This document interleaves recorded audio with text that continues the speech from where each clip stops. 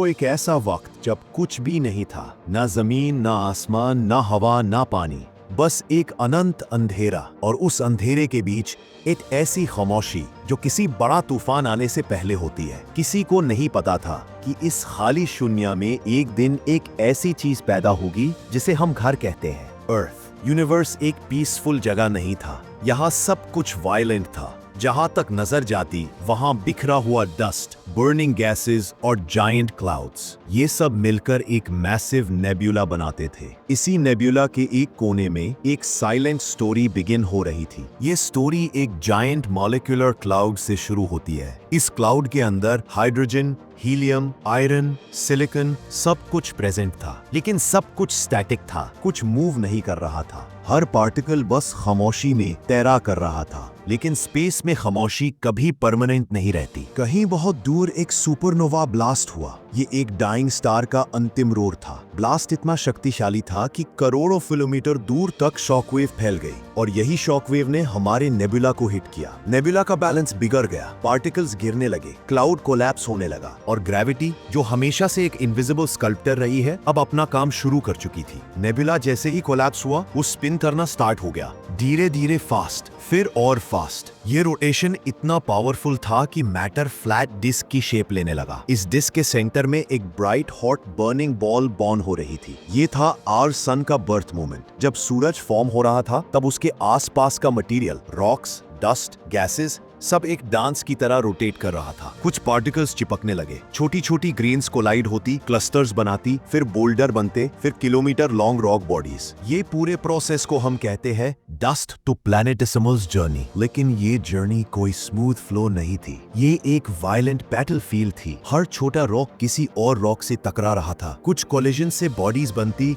कुछ से बॉडीज टूटकर बिखर जाती, मगर धीरे धीरे एक बॉडी बड़ी होती गई, एक hot glowing uneven sphere, proto earth. लेकिन अभी अर्थ का जन्म ऑफिशियल नहीं हुआ था। ये तो सिर्फ एक बेटा वर्जन था। ये मोल्टन था, रेड हॉट लावा से भरपूर, ऊपर से एस्टेरॉइड्स का कंटिन्यूअस अटैक चल रहा था। स्पेस कोई सेफ जगह नहीं था। जिस वक्त प्रोटो अर्थ फॉर्म हो रही थी, एक और जायंट प्लेनेट साइज ऑब्जेक्ट भी फॉर्म हो रहा था, थिया। थिया एक मार्स साइज का प्लेनेटरी बॉडी था। धीरे धीरे उसकी ऑर्बिट अनस्टेबल होने लगी, और ये सब स्लो मोशन में हो रहा था। हजारों साल, लाखों साल तक चलने वाला एक कॉस्मिक डांस। प्रोटो अर्थ और थिया एक दूसरे की तरफ अट्रैक्ट होते गए। फिजिक्स के रूल्स उन्हें एक ही रास्ते पर ला रहे थे, और फिर फाइनली वो मोमेंट आ गया जिसे हम स्पेस का सबसे वायलेंट एक्सीडेंट बोलते हैं। इस वक्त तक अर्थ अभी भी एक हॉट, वायलेंट, इनकम्प्लीट स्पेयर थी। लावा ओशंस उबल रहे थे, वोल्केनोज कंटिन्यूअसली इरप्ट हो रहे थे। सरफेस पर कोई सॉलिड क्रस्ट नहीं थी। हर जगह फायर, हर जगह डिस्ट्रक्शन। इस स्टेज को साइंटिस्ट्स कहते हैं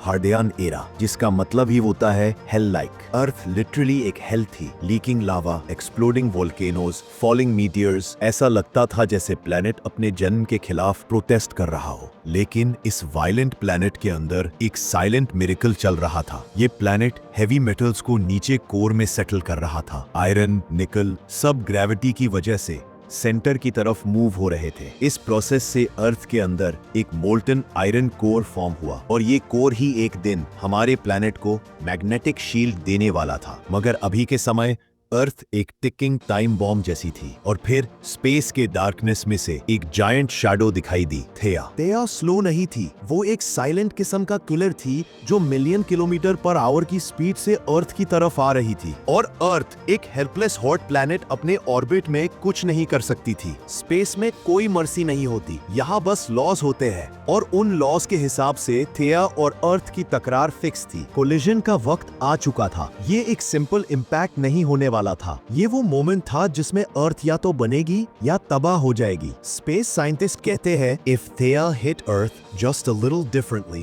humans would have never existed. ये कोलिजन अर्थ की फेट बदलने वाला था। ये धरती का रियल जन्म होने वाला था, एक वायलेंट और डिस्ट्रक्टिव जन्म। अब सीन स्लो मोशन में फ्रीज हो जाता है। एक प्लैनेट बर्निंग हेल, एक प्लैनेट हाई स्पीड मिसाइल, और बीच में एक कॉस्मिक साइलेंस। और इन दोनों की जो तकरार होने जा रही थी, वो सिर्फ एक कोलिजन नहीं थी, ये एक कॉस्मिक सर्जरी थी जिसमें एक ग्रह का आधा हिस्सा उड़ने वाला था और एक नया अध्याय लिखने वाला था। एक तरफ प्रोटो अर्थ, एक बर्निंग मोल्टन वर्ल्ड, दूसरी तरफ थिया, मार्स साइज का जायंट प्लैनेट, और फिर boom, it was the most violent collision in the history of our solar system. Impact इतना पावरफुल था कि दोनों प्लैनेट्स का सरफेस वेपराइज हो गया। मोल्टन रॉक्स, मेटल्स, डस्ट, सब कुछ स्पेस में उछल गया। आग के बड़े बड़े पिलर्स स्पेस तक पहुंच रहे थे। Millions of tons material space में चला गया, लेकिन ग्रेविटी ने सबको वापस पकड़ लिया। ये डेब्री एक ग्लोइंग रिंग की तरह अर्थ के आसपास घूमने लगा, जैसे एक जायंट फ्लेमिंग सैटर्न का रिंग हो। इस डेब्री से धीरे धीरे एक स्फीयर फॉर्म होने लगी, एक न्यूबॉर्न मोल्टन ग्लोइंग चाइल्ड। आपका चांद, जिसे आप रात में देखते हो, वो एक प्लैनेटरी एक्सीडेंट का गिफ्ट है। स्पेस का सबसे इमोशनल रिमाइंडर है कि कभी कभी डिस्ट्रक्शन से ही ब्यूटी पैदा होती है। थेया इंपैक्ट के बाद अर्थ बिल्कुल रॉ थी, पूरा प्लैनेट लावा से भरा हुआ। No solid land, no water,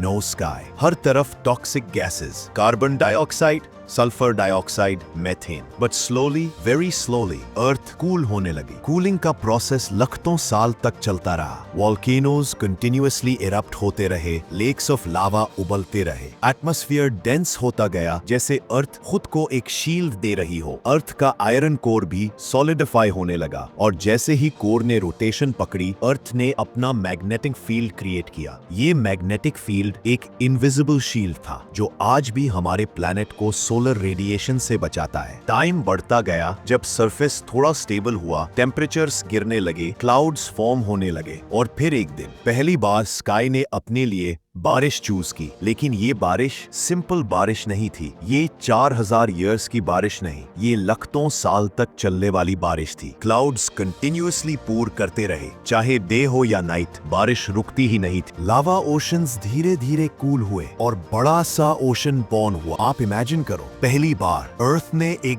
deep, but यहाँ एक ट्विस्ट है। ओशन काम नहीं थे, वो एक्सट्रीमली एसिडिक थे। डाइल्यूट सल्फ्यूरिक एसिड और वोल्केनिक केमिकल से भरे हुए। फिर भी ये ओशंस एक क्रेडल बनने वाले थे लाइफ के लिए। लाइटनिंग बार बार ओशंस में गिरती, अल्ट्रा वायलेट रेज केमिकल्स को ब्रेक करती, मिनरल्स पानी में डिसॉल्व होते, और एक दिन ओशन के बिल्कुल डीप बॉटम में हाइड्रोथर्मल वेंट्स के पास एक टाइनी स्पार्क फॉर्म हुआ, एक माइक्रोस्कोपिक बबल जिसमें अमीनो एसिड्स फॉर्म हुए। अमीनो एसिड्स ने चेन्स बनाई, चेन्स ने स्ट्रक्चर्स बनाए, और स्ट्रक्चर्स ने सेल्फ रेप्लिकेट करना शुरू किया। वो मोमेंट ह्यूमन हिस्ट्री का फर्स्ट एंसेस्टर था। ये कोई एनिमल नहीं था, कोई प्लांट नहीं था, ये एक छोटा सा केमिकल ऑर्गेनिज्म था, लेकिन उसने एवोल्यूशन की स्लोली। ये माइक्रोब मल्टीप्लाई हुआ, फिर कॉम्प्लेक्स सेल्स आए, फिर फोटोसिंथेसिस हुआ, एटमॉस्फेयर में ऑक्सीजन भरने लगा। अर्थ के ओशंस ग्रीन देन ब्लू होते गए, माउंटेन्स फॉर्म होने लगे, कॉन्टिनेंट्स ड्रिफ्ट करने लगे, पंगिया बनने लगा। अर्थ एक हेल से एक पैराडाइस बन गई। मगर अर्थ पर पीस ज्यादा देर टिकती नहीं। 15 करोड़ साल बाद ऐसी क्रीचर्स जन्मी जो प्लेनेट की सबसे टेरिफाइंग स्पीशीज बनी, डायनासोर्स। अर्थ ने अपने बर्निंग पास्ट से निकलकर एक सुपर पावर स्पीशीज दी थी। लेकिन ये क्रीचर्स भी हमेशा नहीं टिकने वाले थे, और इससे एक चीज समझ आती है, अर्थ का बर्थ डिस्ट्रक्शन से हुआ, और अर्थ का एवोल्यूशन भी डिस्ट्रक्शन से होता रहा। जो प्लेनेट एक एक्सीडेंट से बना, उसने बिलियंस ऑफ ईयर्स में लाइफ को शेप किया, और एक दिन वही प्लेनेट एक और कैटास्ट्रोफिक इवेंट में डायनासोर्स को वाइप आउट कर देगा। अर्थ का जन्म एक कॉस्मिक एक्सीडेंट था, और डायनासोर्स का अंत भी एक कॉस्मिक एक्सीडेंट ही था, एक ऐसा एस्टेरॉयड जिसे रोका नहीं जा सकता था। अगर आप जानना चाहते हैं कि डायनासोर्स का अंतिम पल कैसे था,